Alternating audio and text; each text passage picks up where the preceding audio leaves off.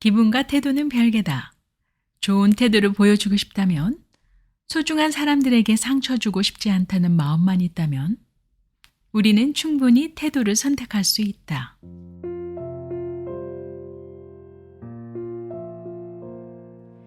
안녕하세요. 묵사랑 카페의 크리스티나입니다. 오늘 제가 여러분들께 소개해드릴 책은요, 기분이 태도가 되지 않게인데요. 그동안 주로 서양사와 문학을 다루던 북사랑 카페에서 자기 개발서를 함께 다루므로 좀 더 구독자분들과 시청자 여러분들과의 공감대를 만들어 보고자 준비해 보았습니다. 이 책은요, 기분에 조정당하고 감정에 휘둘리는 사람들에게 감정의 주인이 되는 방법을 소개하고 있는데요. 매일매일 순간마다 올라오는 감정을 조절하지 못해 기분 내키는 대로 행동하고 말을 내뱉는다면 주위 사람들을 힘들게 하고 심지어 주변 분위기를 망치게 할 수 있습니다.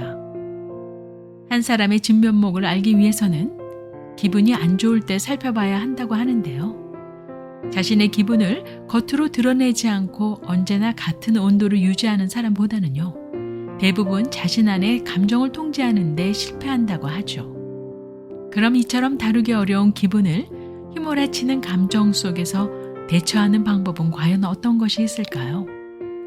그러한 고민을 속 시원하게 이야기하고 있는 기분이 태도가 되지 않게, 그 이야기를 시작해 보도록 할까요?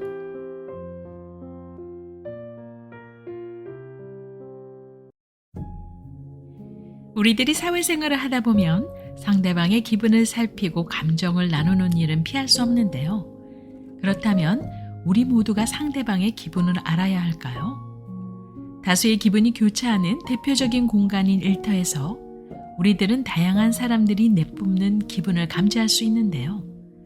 다른 사람은 나의 기분을 모르고 지나갈 권리가 있고, 나 또한 상대방의 기분을 모르고 지나칠 권리가 있다고 하죠. 출근길에서 기분 상하는 일이 있거나 회사에서 자존심 상하는 일이 있을 때 그건 회사 동료나 가족 탓이 아님에도 불구하고 화풀이 대상을 잘못 선택하고 엉뚱한데 기분을 푸는 버릇이 비일비재한데요. 기본적으로 내 감정은 내 책임이라는 것을 인지하여야 한다고 합니다. 내 기분을 망친 대상을 분명히 하여 가깝고 만만한 사람을 대상으로 화풀이하는 버릇을 고쳐야 한다고 하죠. 기분과 태도는 별개라고 하는데요. 내 안에서 저절로 생기는 기분은 스스로 어찌할 수 없는 것이라면 태도는 다르다고 합니다. 좋은 태도를 보여주고 싶다면, 또한 소중한 사람에게 상처 주고 싶지 않다는 마음만 있다면 우리는 충분히 태도를 선택할 수 있다고 하죠.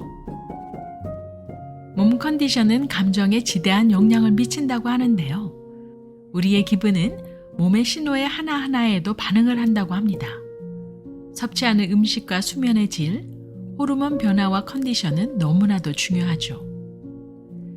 뚜렷한 이유 없이 기분이 안 좋을 때 자신에게 3가지 질문을 던져보라고 하는데요. 밥은 제대로 챙겨 먹었나? 요즘 잠은 제대로 잤나? 운동은 좀 하고 있나? 그래서 배가 고프거나 피로가 누적되어 있을 때 중요한 결정을 내리지 않는 것이 좋다고 합니다. 이때의 판단은 믿을 만한 것이 못 된다고 하는데요. 며칠간 잠을 못 자서 정신이 또렷하지 않을 때에는 무엇을 배우지도 말고 중요한 미팅이 있다면 미루라고 하는데요. 부정적인 의견으로 미팅을 망칠 수도 있다고 하네요. 수면 부족은 짜증을 유발하고 스트레스를 증가시켜 자신감을 떨어뜨린다고 합니다. 문제를 지적받았을 때 자신이 공격받았다고 생각하는 사람들이 있다고 하는데요.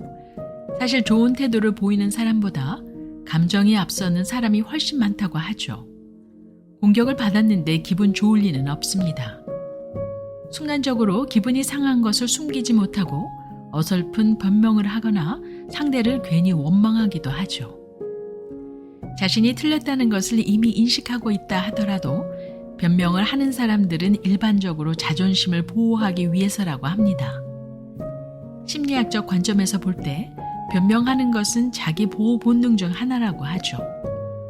그러나 이것이 우리에게 잘못을 인식하고도 인정하지 않는 핑계이자 이유가 되어서는 안 된다고 하는데요. 남으로부터 지적을 긍정적으로 활용하지 못하면 겉으로 봤을 때 강해 보이지만 실제로는 연약하고 편협한 사람이 되기 쉽기 때문입니다. 그래서 누군가 문제를 제기한다면 그 말에서 감정을 분리하는 버릇을 들이라고 하죠. 어떤 태도를 보이는지에 따라 나의 그릇이 드러난다고 합니다. 한 사람이 밖으로 표현하는 기분의 에너지는 생각보다 커서요.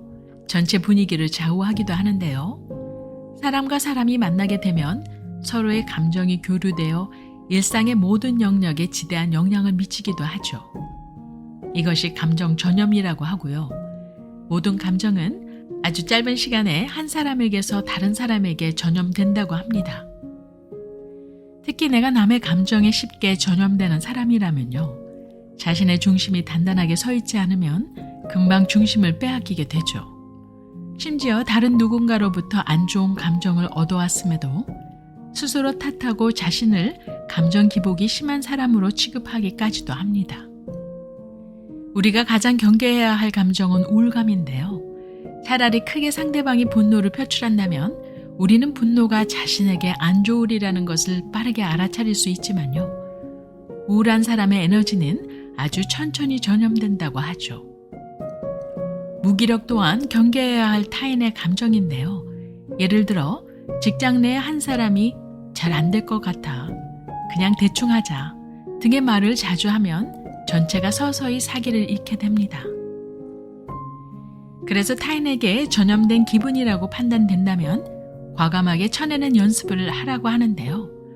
남의 감정까지 내가 지고 가야 할 의무는 없기 때문이죠. 지금 내 기분이 내 것이 아니라는 것만 깨달아도 내 안에서 흘려보내는 일은 그리 어렵게 느끼지 않을 것입니다. 부정적인 에너지에 휩싸인 사람은 하소연하기를 좋아한다고 하죠. 나만 힘들고 괴롭다는 생각이 매우 억울한 사람들입니다. 그래서 상대방도 자기와 같은 감정을 느꼈으면 좋겠다고 생각하죠. 부정적인 에너지를 가진 사람들에게서 공통적으로 발견되어지는 특징을 살펴보자면요.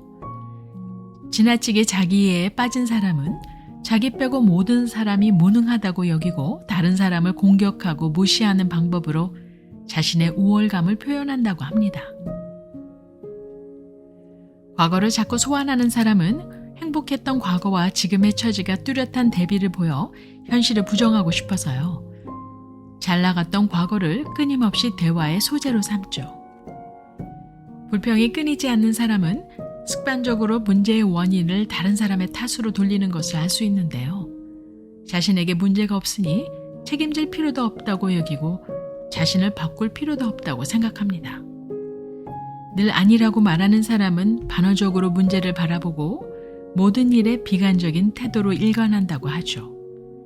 이런 성향의 사람은 위험을 무릅쓰려고 하지도 않고 시도하지도 않기에 언제나 좋은 기회를 놓치고 만다고 합니다.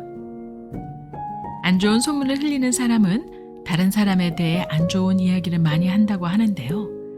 끊임없이 누군가를 욕하고 질투해 나쁜 에너지로 가득한 이야기에 모두가 흥미를 느끼고 공감해주면 그제서야 만족을 한다고 하죠. 이런 사람들과 오랜 시간을 보내고 나면 부정적인 에너지에 쉽게 틈을 내주게 되고 자꾸만 다른 사람의 불평만 들어주면 어느새 자신도 불평이 늘게 됩니다. 남의 기분을 맞춰주거나 대화의 분위기에 휩쓸리기보다는요. 내가 되고 싶은 나의 모습에 집중하라고 하죠.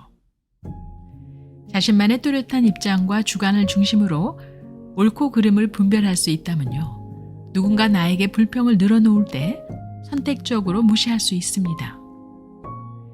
안 좋은 이야기들이 그득한 대화의 장에서 나를 지키는 것이 더 중요하다고 하는데요. 오히려 자신과 잘 맞는 친구들과의 모임을 만들어 생각과 감정을 교류하다 보면요. 좀 더 밝고 긍정적인 기운을 얻을 수 있습니다. 다른 누군가의 부정적인 에너지가 나 자신의 영혼에게 치명적인 영향을 미친다면요. 서서히 거리를 두고 멀어져도 괜찮다고 하네요. 마지막으로 타인의 관계에 있어서 높은 기대감은 경계하라고 하는데요. 항상 객관적이고 이성적으로 접근하는 연습을 해야 한다고 합니다. 사람에게 덜 기대하는 태도가 필요한데요. 내가 준 만큼 똑같이 받으려고 욕심내지 않는 이 두 가지가 인간관계에서 실망하지 않는 가장 단순하고 확실한 방법이라고 하죠. 저는 오늘 여러분들과 함께 기분이 태도가 되지 않게 책의 내용을 살펴보았는데요. 이 영상을 시청하고 계신 분들 중에 내 감정에 잘 대처하는 방법을 알고 있거나 이미 실천하고 계신 분들도 계실 텐데요.